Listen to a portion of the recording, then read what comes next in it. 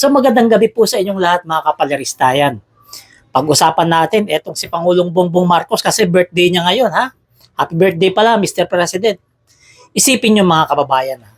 Isipin niyo, buti na lamang si Pangulong Bongbong Marcos ang presidente natin ngayon. Dahil kung hindi siya naging presidente, malamang yung patayan tuloy-tuloy pa rin dito sa atin kahit walang kasalanan. Pinapatay, pinapalabas lang na ng laban, tuloy-tuloy pa rin yan. Si Pangulong Bongbong Marcos na naging presidente. Kaya yung war on drugs, ayun, maraming nahuhuli pero walang namamatay.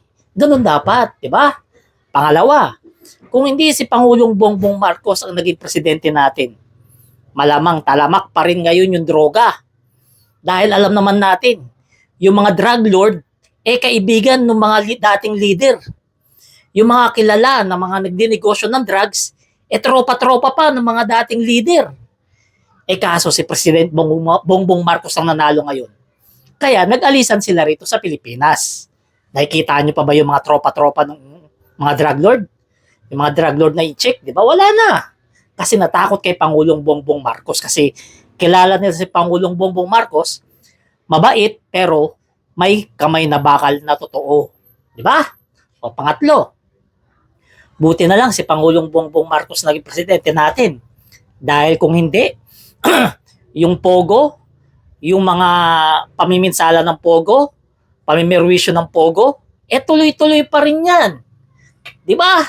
Kasi alam naman natin, yung pogo nagsimula yan sa mga dating administrasyon. Si Pangulong Bongbong Marcos sa presidente natin ngayon, ayaw yun sa mga ganyan, kasi pampagulo sa bayan, di ba? Maraming buhay na nasisira, kaya pinapasara na niya. Hanggang December na lang. Yan ang maganda. Pang-apat, buti na lang si Pangulong Bongbong Marcos presidente natin ha. Dahil kung hindi, marami pang alis guwo. Yung lilitaw. Di ba? Marami pang gayon alis guwo yung tatakbo sa mga posisyon dito sa gobyerno. Kasi nga, nakakalusot Nakakakuha ng birth certificate. Nakakakuha yung mga Chinese ng passport ng Pilipinas. Di ba? Nakakalusot kasi. Ngayon si Pangulong Bongbong Marcos, presidente, wala. Hindi na pwede yung mga nakasanayan nila ng mga nakaraang administrasyon.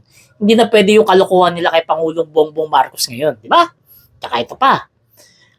Buti si Pangulong Bongbong Marcos, presidente natin ngayon. Kasi yung mga religious leader na mga rapists, nadadala. Di ba? Kung may mga religious leader pa dyan na rapists, madadala kasi alam nila Alam nila, walang sinasanto si Pangulong Bongbong. Alam nila, kahit alagad ka pa ng Diyos, kapag nang-rape ka ng bata at saka ng tao, babae, may kalalagyan ka. Diba? So, pasalamat talaga tayo. At naging Pangulo natin si President Bongbong Marcos na talagang makikita natin kahit 2 taon pa lang sa pwesto, talagang marami na nagagawa. At ito pa maganda dyan, ha? Tahimik lang si Pangulong Bongbong. Pero hindi siya kaya ng mga kalaban kasi yung mga kalaban niya, isa-isa ng mga nakukulong.